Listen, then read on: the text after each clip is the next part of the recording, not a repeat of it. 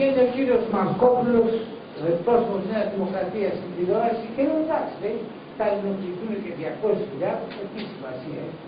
Πήγανε και κάτι Άραβες στο Δημαρχείο να δηλώσουν ότι είναι Έλληνες, λέει το όνομά του, πώς λέγεται η γυναίκα σου, λέει έχω 2 γυναίκες.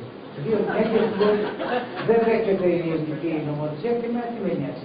Εμένα με κάνει τέλεια, έχω 2 γυναίκες. Μα δεν γίνεται.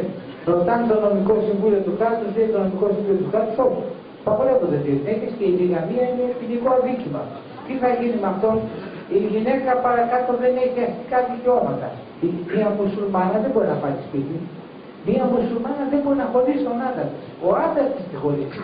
Και πώς τη χωρίζει, 3 φορές λέγοντας τάρε. Σε χωρίζω.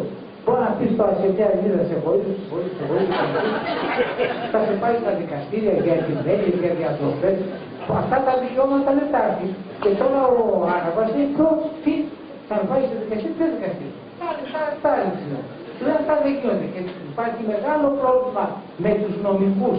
Πώς θα αντιμετωπιστούν αυτά.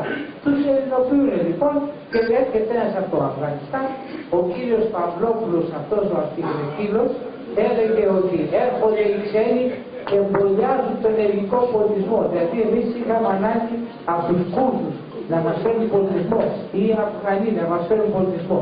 Μα τώρα σε αυτά τα κράτη που κουκουλώνουν οι γυναίκες έρχονται στην Ελλάδα να μας μιλήσουν για πολιτισμό. Τα ανεχόμεθα όλα. Μέχρι τότε οι Ελβετοί είπανε, μιναρέδες όχι. Εμείς γιατί πληρώνουμε 15 εκατομμύρια να γίνει τζαμί. Γιατί να το πληρώσουμε εμείς. Το πληρώσουμε αυτοί. Εμείς γιατί να το πληρώσουμε. Σε μια εποχή μάλιστα πληρώσουμε και μετά. Στην Γαλλία ο Σαρκοζή είπε εκείνα τα οποία είπε. Τελείωσε οι μπουρκες και σκεπάσεις θα απαγορεύονται οι μαντίδες. Στην Ολλανδία 26.000 τους μαζέψαν, τους φορτώσαν στα κράγια και πήγαν. Μόνο εδώ. Εμείς σήμερα. Μη τυχόν μας πούνε.